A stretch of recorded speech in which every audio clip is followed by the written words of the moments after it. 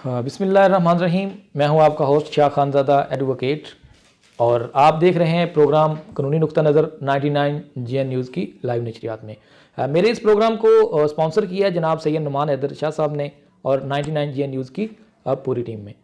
नाजरीन, आज मैं जिस कानूनी नुक्ते पे, कानूनी पॉइंट पे आज मैं बात करूँगा वो ये है कि आज हम कुछ सेक्शंस हैं CRPC के, उसको डिस्कस करेंगे, जिसके अंदर हमारे रोज़ के जिन किताबें हमारे रोज़ के जो मामलात हैं उनकी कार्रवाई होती है, उनके ऊपर वो लागू होते हैं। सबसे पहले आज हम 154 यानी कि 154 ज़ाब्ता फौजदारी की दफ़ा है, इसको हम डिस्कस करेंगे, जिसके ताबे FIR दर्ज होती है जब दो पार्टियां आपस में लड़ झगड़ पड़ती हैं, आपस में नुकसान कर देती हैं। जिस पार्टी का आपस में नुकसान हो जाता है या लड़ाई झगड़ा हो जाता है या कोई भी इस तरह के जो मसाइल सामने आते हैं तो उनमें से एक पार्टी थाने जाती है, थाने जाके अपना जो मुद्दा होता है उसको वो SHO को या SHO की हिदायत के मुताबिक किसी को भी वो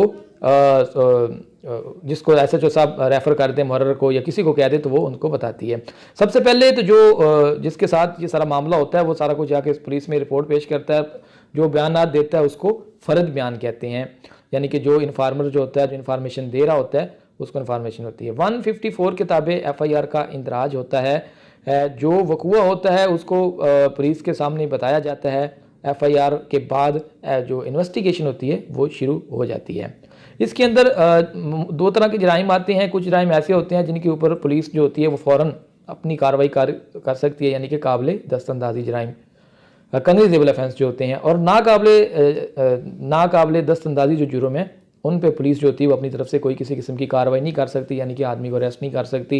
उसमें जो इलाका मजिस्ट्रेट होता है उसमें से उनसे परमिशन लेने की ज़रूरत होती है। तो इस हवाले से नाज़रीन जो हम FIR दर्ज करवाते हैं वो सेक्शन फौजदारी की सेक्शन 154 किताबें उसका इंदराज होता है। उसके बाद उसकी इन्वेस्टिगेशन होती है, आया कि वक़ुआ जो हुआ है वो सही है या गलत है। उसके बाद जब FIR दर्ज हो जाती है तो उसके बाद पुलिस जो होती है वो इन्वेस्टिगेशन करती है, जो मुजरम होता है उनकी तलाश जारी होती है। जब मुजरम मिल जाते हैं, उनमें से कुछ मुजरम होते हैं वो कहते हैं कि हमने मर्डर किया है, लाइक का मर्डर, अगर किसी का मर्डर हुआ है तो, और कुछ होते हैं वो कहते हैं कि जी हमने तो किया ही नहीं है। लेकिन जब कोई मर्डर होता है वो पुलिस के सामने, पुलिस इन्वेस्टिगेशन करती है, कोई बंदा ये मान लेता है कि हाँ जी मैंने ये मर्डर किया है, तो पुलिस के सामने वो कहता है जी मैंने मर्डर किया है। पुलिस के सामने वो कन्फेशन करता है, यानी कि ज़ाब्ता फौजदारी की दफ़ा 164 यानी कि 164 के तहत वो कन्फेशन कर रहा होता है, ठीक है। लेकिन पुलिस के सामने, पुलिस की कस्टडी में कोई भी अगर अक्यूज्ड, कोई भी मुजरम ये इस बात का यानी कि कबाल जुर्म करता है, ये मानता है कि मैंने फ़लाँ बंदे को मारा है, तो उसकी कोई वैल्यू नहीं है। उसको जो इलाका मजिस्ट्रेट है उसके सामने पेश किया जाता है। इसका बाकायदा एक प्रोसीजर है जो इलाका मजिस्ट्रेट उससे इकबाल जुर्म करवाता है। वो अपनी मर्ज़ी से जुर्म का फ़र्ज़ करें कि कोई मुजरम है या कोई अक्यूज़ड है, उसको पुलिस पकड़ कर इन्वेस्टिगेशन में इलाका मजिस्ट्रेट के सामने पेश करती है। तो वो कहता है कि हाँ जी मैंने इसको मैंने कत्ल किया है, इसका मर्डर मैंने किया है। तो इलाका मजिस्ट्रेट जो होता है वो सबसे पहले तो ये बात देखेगा कि ये किसी दबाव के ऊपर या किसी पार्टी के इन्फ्लुएंस से, या इसको कोई उकसा तो नहीं रहा, इसको कोई बैठ तो नहीं कर रहा कि ये ऐसा क्यों कह रहा है, तो उसकी मर्ज़ी होती है। अगर तो वो जो कन्फेशन कर रहा होता है, यानी कि जो अक्यूज़ड होता है उसके लहजे से अगर जो इलाका मजिस्ट्रेट जो है वो अगर मुतमईन होता है तो फ़ौरन उसको कन्फेशन का जो बयान होता है, जो स्टेटमेंट होती है वो रिकॉर्ड कर लेता है। अगर कोई ऐसा नहीं होता तो उसको वो जुडिशल कर देता है। 2 दिन के लिए जुडिशल करे, 3 दिन के लिए करे, और जुडिशल करने के बाद वो दोबारा उसको फिर कोई अक्यूज़ड कन्फेशन करना चाहता है तो वो इलाका मजिस्ट्रेट के सामने अपने बयान को रिकॉर्ड करवाता है। लेकिन इलाका मजिस्ट्रेट जो होता है वो उसको जुडिशल करता है, यानी कि इसलिए कि वो अगर उससे सेटिस्फाई होता है तो उसको फ़ौरन इसकी स्टेटमेंट रिकॉर्ड कर लेता है। अगर नहीं, ऐसा नहीं करता तो वो उसको 2 दिन के लिए जुडिशल कर देता है। उसके बाद फ़ौरन वापसी आता है, उसकी हैंडकफ यानी कि उसकी हथकड़ियाँ खोली जाती हैं, कोर्ट को विड्रा किया जाता है, यानी कि उसके साथ जो पुलिस वाले होते हैं, जो लोग भी होते हैं, वो गैर ज़रूरी लोग जो होते हैं उनको कोर्ट से बाहर किया जाता है, और वो इलाका मजिस्ट्रेट के सामने अपने जो बयान होता है, अपना जो कन्फेशन होता है वो रिकॉर्ड करवाता है कि हाँ जी मैंने जुर्म किया है।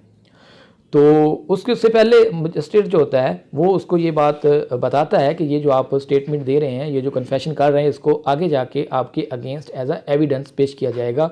तो वो फिर भी कहता है कि जी ठीक है, कोई हर्ज नहीं, वो कन्फेशन कर लेता है।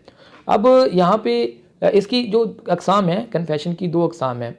वो है जी इनकलपेटरी कन्फेशन और एक्स इनकलपेटरी कन्फेशन, यानी कि अगर कोई बंदा ये कहता है कि जी हाँ मैंने फलां बंदे का मर्डर किया है और मेरे साथ वो बंदा भी था, यानी इसके अंदर एक बात तो क्लियर होगी कि मैंने किया है, और उसके साथ जो दूसरी बात है वो ये है कि वो कह रहा है कि जी फलां बंदे ने की है। तो इसका मतलब होता है कि वो इनकरप्टरी जो कन्फेशन है उसका इर्तिकाब कर रहा है। एक होता है एक्स करप्टरी कन्फेशन, यानी कि वो कहे कि जी मैंने तो नहीं किया, फलां बंदे ने किया है, यानी कि जिसके अंदर वो इकरार करता है वो करप्टरी है, और जिसके अंदर नहीं करता वो एक्स अनकरप्टरी कन्फेशन है। तो नाजरीन, जब कन्फेशन कर लेता है, कन्फेशन करने के बाद फिर पुलिस की इन्वेस्टिगेशन होती है। फ़र्ज़ करें अगर कोई बंदा ये कहता है कि जी फ़लाँ बंदे को फ़लाँ का मैंने मर्डर किया है, फ़लाँ को मैंने 3 फायर मारे हैं, 2 फायर उसकी छाती में और 1 उसकी लेग में मारा है। तो पुलिस जो होती है वो लाकम जस्टिस होता है वो उसका बयान रिकॉर्ड कर लेता है। उसके बाद जब इन्वेस्टिगेशन की रिपोर्ट पुलिस तैयार करके 173 के तहत जब उसको लेके आती है लाकम जस्टिस के सामने पेश होती है, करते हैं, तो उसमें लिखा जाता है कि फायर तो इसको 2 लगे हैं, तीसरा फायर तो टांग में लगा ही नहीं है। वो यानी कि उसका जो इनक्रिमिनेशन जो पहलू सामने आता है उसके बयान में, फिर उसके ऊपर वेरिफिकेशन होती है। ये इसलिए होता है कि बाज़ दफ़ा हमारे जो वडेरे लोग होते थे, वडेरे लोग क्या करते थे कि खुद किसी का मर्डर करके किसी अपने नौकर पे, किसी अपने मुलाजिम पे डाल देते थे कि जा भाई तो अपने आप को पेश कर और हम आपको छुड़वा देंगे। तो ये आज हमने 2 डिस्कस जो हैं टॉपिक किए हैं कि FIR का इंदराज कैसे होता है, और उसके बाद कि ये जो कन्फेशन होती है, यानी कि पुलिस जो होती है वो मुजरिमों तक पहुंच जाती है, तो वो कन्फेशन किस तरह करते हैं। FIR के वाले से मैं थोड़ा सा आपको और बता दूं कि कुछ, अगर ये तो थी मर्दों की FIR, यानी कि अगर किसी ख़वातीन के साथ कोई ज़्यादती हो जाती है तो उसकी FIR किस तरह दर्ज होगी, इंशाल्लाह ये मैं आपको अपने अगले प्रोग्राम में बताऊँगा। तो तब तक अपना रखिए ख्याल और मुझे दीजिएगा इजाज़त। पाकिस्तान जिंदाबाद।